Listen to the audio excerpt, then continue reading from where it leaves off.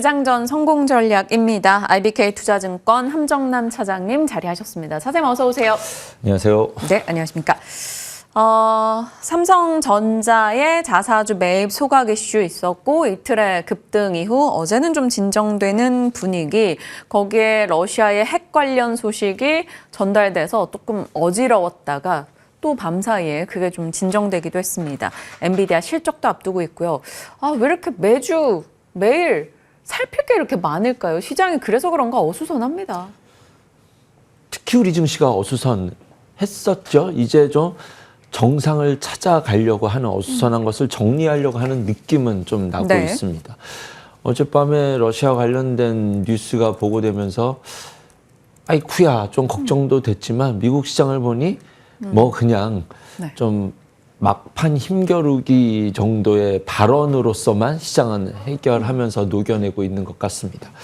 여기에 이제 엔비디아의 반등이 오랜만에 좀 힘찬 반등이 나왔어요. 최근에 블랙엘 출시 지연 발열 문제, 이 반도체는 앞으로 계속 발열 문제가 좀 중요한 이슈가 되는데 이 발열 문제 없을 것 같아. 출시는 예정대로 진행될 것 같다라는 것과 이제 실적 발표를 앞두고 다양한 것들 그동안 오랫동안 에너지를 좀 모아놨었던 부분에 대해서 발산하는 효과 플러스 슈퍼마이크로가 상장 폐지냐 마냐 이랬던 기로에서 새로운 회계 범위를 서민했고 규정 준선을 제출하면서 급등이 나왔죠. 그런 부분들이 반도체 업황에 대해서는 좀 오늘 하루는 긍정적인 뷰를 갖고 편안한 마음을 갖고 시작할 수 있는 하루다라는 것을 전제로 삼성전자의 자사주 매입 효과 플러스 옵션 만기일이 끝났은 다음에 어떤 기계적 반등, 과도한 억지스러운 눌림이었다라는 의미의 반등이 저는 개인적으로 더 좋은데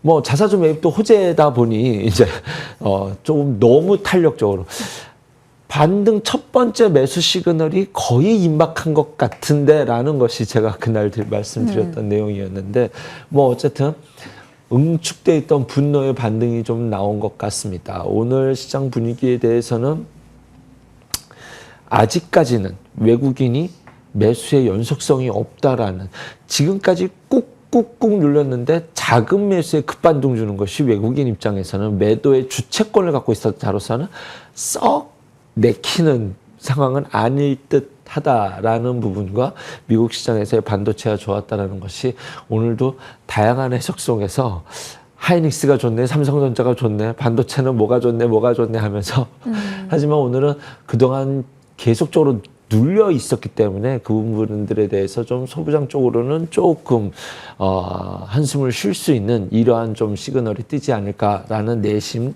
조심스러운 기대감을 가져봅니다. 요즘 주식시장을 보면요, 삼성전자는 어쨌든 이제 바닥 시그널이 한번 등장했기 때문에 조금을 조정을 준다 한다라고 한다면 적극적인 저가 대기 매수에도 충분히 있다라는 생각이 듭니다. 그런데 요즘 시장을 보면 어떠한 업종이 이렇습니다. 뭐가 이래요라고 말씀드리기가 조금 어려워요. 왜냐하면 굉장히 제가 최근에 종목 피킹해드린 것은 잘 맞는다라는 느낌이 조금 제가 자랑하려고 하는 목적이 아니라 제가 종목 피킹을 할 때 차트를 보고 하거든요. 네. 그래서 기술적 분석이 바닥권에서 새롭게 출발하는 종목들은 잘 맞는다라는 점과 근데 이 기술적 분석을 하시는 분들의 얘기를 들어보면 너무나도 고집을 갖고 하시는 분들이 많으셔서 기술적 분석이라는 것에 대해서 큰 틀만 조금 말씀드리면 안 볼 수가 없는 지금 장세이지 않습니까? 네. 예를 들어서 나는 21선 매매만 할 거고 생명선처럼 지킬 거야. 이거 잘못된 방법입니다.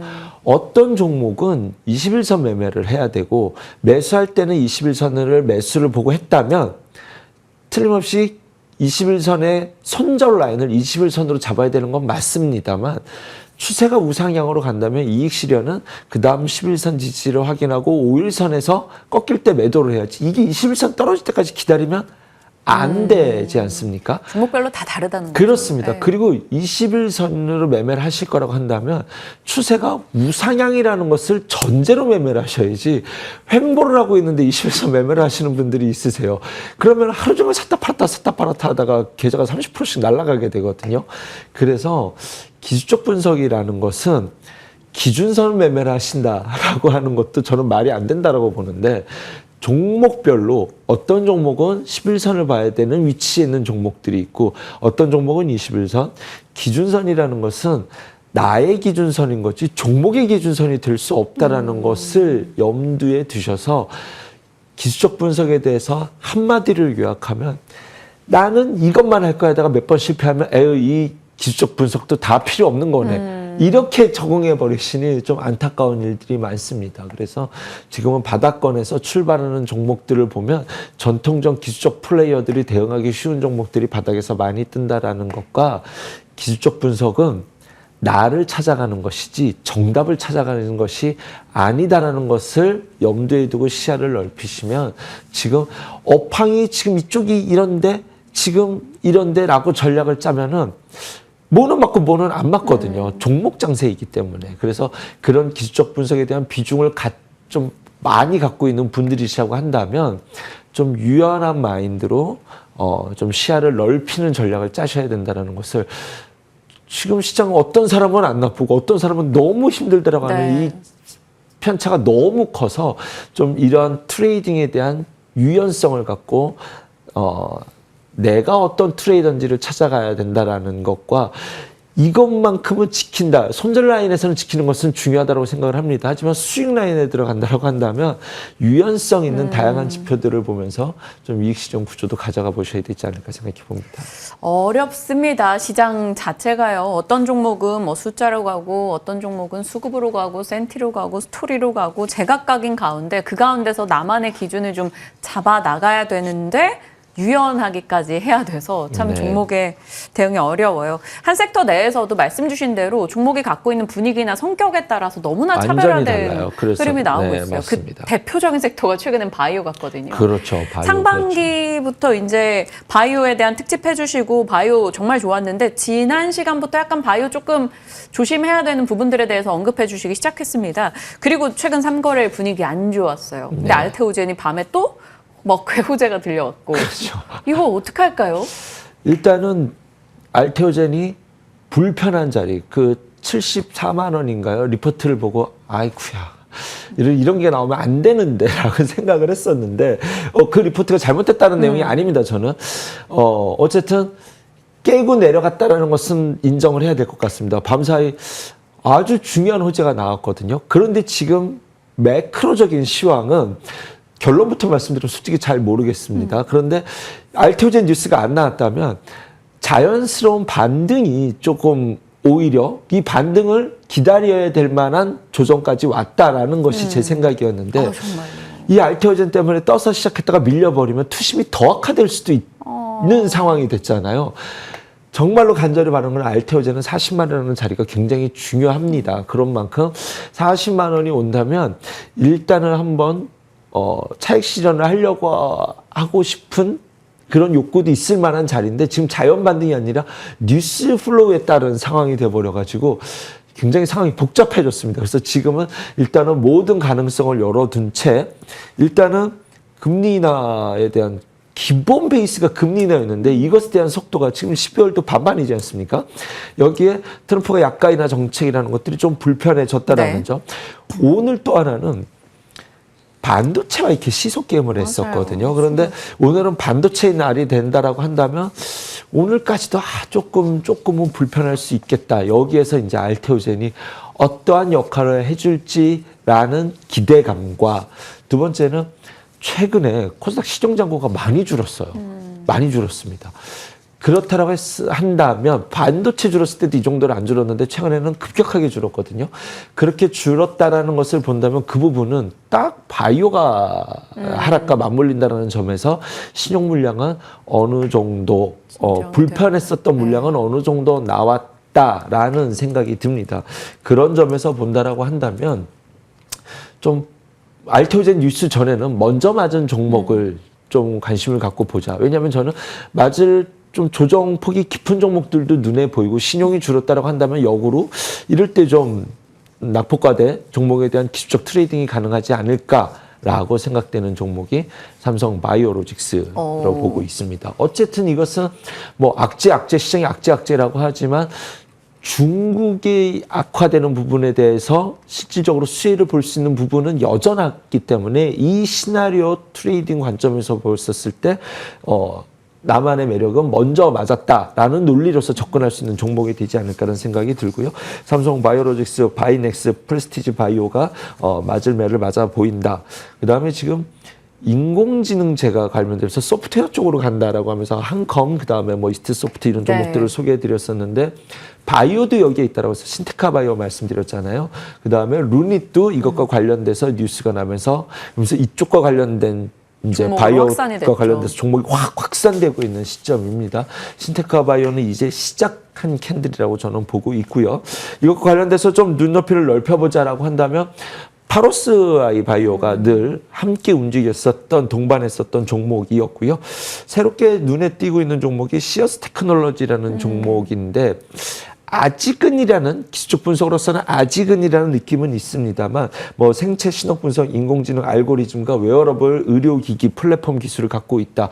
지금 의료기기 쪽도 좀 인공지능과 맞물린다가 한다면 움직이려고 하잖아요. 뭐 셀바스 헬스케어라든가 딥노이드. 그래서 관련돼서 좀 낯익은 낯선 신선한 종목이라는 느낌이 들어서 시어스 테크놀로지까지 소개해드려봤습니다. 네, 먼저 매를 맞은 제약바이오 쪽에 삼바 또 얘기해 주셨고 거기서 또 중소형주 단에서 확산될 수 있는 여러 종목들의 분위기 살펴주셨습니다. 캔들까지 같이 고려된 내용이니까 체크해 주시고요. 자, 트럼프 트레이드가 뭐 일부 선별되고 약화된다 하더라도 강하게 올라가는 특징주 상단에는 다 트럼프와 머스크 트레이드 종목들이라서 거기서 벗어나기가 쉽지 않습니다. 왠지 벗어나면 안 될 것 같은 분위기도 들고 그런데 대응은 좀 어렵기도 해서 선별이 중요할 것 같아요. 어떻게 추리십니까? 일단 로봇 자율주행은 된다라는 뷰로 봐야 되는데 로봇은 대시세를 냈다가 다음 파동을 이제 만들어가고 있는 과정이라고 생각해서 호재가 나오는 뉴스 대비 주가 탄력도가 조금 무거워요. 그래서 지금은 예의주시하신다. 저의 뷰는 긍정적인 것을 전제로 하지만 조심한다라는 것을 전제로. 왜냐하면 뉴스가 좋은 것 나왔던 것 대비해서 주가 탄력도가 근데 이제 조금 이제 좀 분위기를 깨고 나려고 하는 힘을 보여주고 있다라는 것이고 자율주행은 이것을 어떻게 생각할지 모르겠습니다만 아직 대시대 파동은 안 나왔다라는 느낌이 드는데 제가 지난번에 슈어소프트테크랑 스마트레이더스 말씀드렸을 때 실질적으로 제 본심에는 현대 오토에버가 있었는데 정말로 이거를 어느 타이밍에 말씀을 드려야 될지 모르겠더라고요. 그래서 진짜로 내 마음엔 사실 이 종목인데 뭐 대형주가 다 쓸려 내려가 버렸던 시장이었기 때문에 하지만 이제 오늘은 좀 말씀드릴 수 있을 것 같습니다. 뭐 어쨌든 뭐 지금 트럼프의 방향성이 그다음에 일론 머스크의 방향성이 앞으로는 뭐 투자를 한다 하더라도 인프라 투자에 대해서도 제가 지난번에 도시 얘기 말씀드렸었잖아요. 근데 뭐 인프라 투자를 예고되는데 여기에는 자동화와 로봇 기술이 함께 포함돼서 성장시킬 것이다.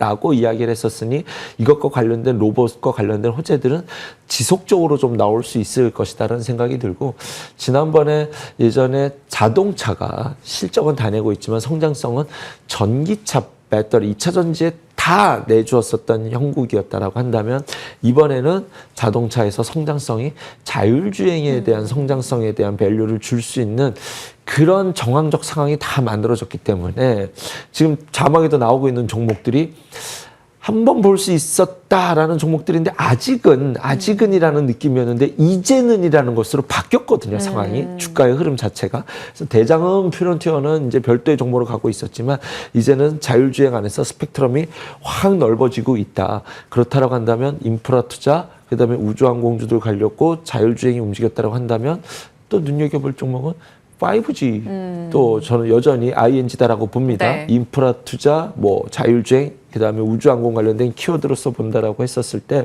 지금 머큐리가 딱 올라가서 다음 파동을 준비하는 기간 조정을 주고 있고 서진 씨 아이고 죄송합니다. KMW가 이제 바닥을 찍고 첫 반등의 그 지지 캔들이 뜬 날이라서 제가 그런 말씀드렸잖아요. 아까 기술적 분석할 때 바닥에서 쉽게 만들어지는 차트 캔들이 뜬 게 이런 종목이지 않나라는 네. 생각이 들어서 오늘은 또 섹터의 확산으로 본다라고 한다면 5G 관련된 종목들에 대해서도 좀 말씀드리고 싶습니다. 네. 아직은에서 이제는으로 바뀌어가고 네. 있는 분야들 이렇게 기억하면 좋을 것 같아요. 사실 자율주행도 뉴스 굉장히 나와도 시간 외에 반짝하고 많은 경우가 굉장히 많았었는데 이번에는 좀 분위기가 달라지고 있다. 그 네. 초입으로 보고 눈여겨볼 수 있는 종목군의 확장 5G까지도 같이 연결해 주셨습니다. 저희에게 한 2분 반의 시간이 있습니다. 원전 얘기해 볼게요. 오늘 눈여겨볼 섹터로 원전 꼽아주신 이유는요? 트럼프가 원자력 발전 허가 취득 절차에 대해서 간소화하고 규제를 완화하겠다. 인프라 투자를 하고 앞으로 뭐 반도체 공장에 됐던 무언가 리쇼어링 정책을 쓸 때 공장을 미국 안에다 계속 짓고 더 많이 짓고 그다음에 인프라 투자를 동시에 진행해야 될 때 전력을 어떻게 생산해낼 것이냐에 대해서 원전에 대해서 규제를 풀어주겠다라는 이야기가 나오고 있는데 우리는 계속 좀 꾹꾹 눌리면서 원전주들이 정말로 개별적으로 움직이고 있는데 제가 지난 시간에 말씀드렸던 것이 두산 에너빌리티가 종가상으로 돌파해낸 첫날이었다라고 말씀을 드린 이후에 주가가 잘 지켜내고 있어서 여기서 사실 시각적으로 보여질 때는 조금 더 기간 조정을 주는 것도 나쁘지는 않다라는 것을 전제로 지금 아주 매우 예의주시해서 보는 것이 한전 KPS랑 두산 에너빌리티가 가장 그 어떤 그 음봉을 뚱 두드러 맞으면 저는 그것 자체 음봉을 나쁘게 보지 않는다라고 예전에 말씀드렸잖아요. 턴한 다음에 그것을 다시 이제 돌파하는 캔들을 만들어낼 것이냐 아니면 그냥 여기서 끝나고 흘러내려갈 것이냐 라는 방향을 만들어내는 것이 임박했는데 한전 KPS는 그것을 매집의 의미를 둘 수 있는 것처럼 꾸역꾸역 지금 그 음봉을 다 메꿔내고 있거든요. 그랬기 때문에 지금부터 돌파 시나리오가 나와진다라고 한다면 이제부터는 다음에 좀 시나리오를 만들어갈 수 있지 않을까라는 생각이 들고 지금 이미 종목별은 마이웨이를 갖고 있는 비차이는 이거는 다른 이슈로 막 가고 있는 듯한 느낌이 들고요. 뭐 다른 에너지 이런 이유들을 많이 붙여서 G2파워가 탄력이 좀 좋아 보였는데 이제는 좀 종목이 확산 장세로 들어갈 수 있을 것이다. 그 의미 안에서 가장 앞단에 두고 눈여겨보는 것은 저는 두산 에너빌리티, 한전 KPS, 트레이딩 관점에서는 우진엔텍, 우리기술, 한전기술, 일진파워 뭐 아주 예쁘게 종목들이 나와 있는 것은 저 종목들이 탄력이 좀 좋게 움직였었던 종목이라서 네. 관심을 갖고 지켜볼 만하다라는 것까지 말씀드리겠습니다. 알겠습니다. 워낙 집중해서 듣다 보니까 입에 힘을 하도 줘서 주름 생기겠다라는 생각도 들었습니다. 그만큼 차장님만의 스토리와 시각으로 다양한 내용들을 담아주셨고요. 마지막 원전에 대해서 눈여겨볼 종목들 압축해 주셨습니다. 기억해보죠. 함정남 차장님과 이야기 살폈습니다. 고맙습니다.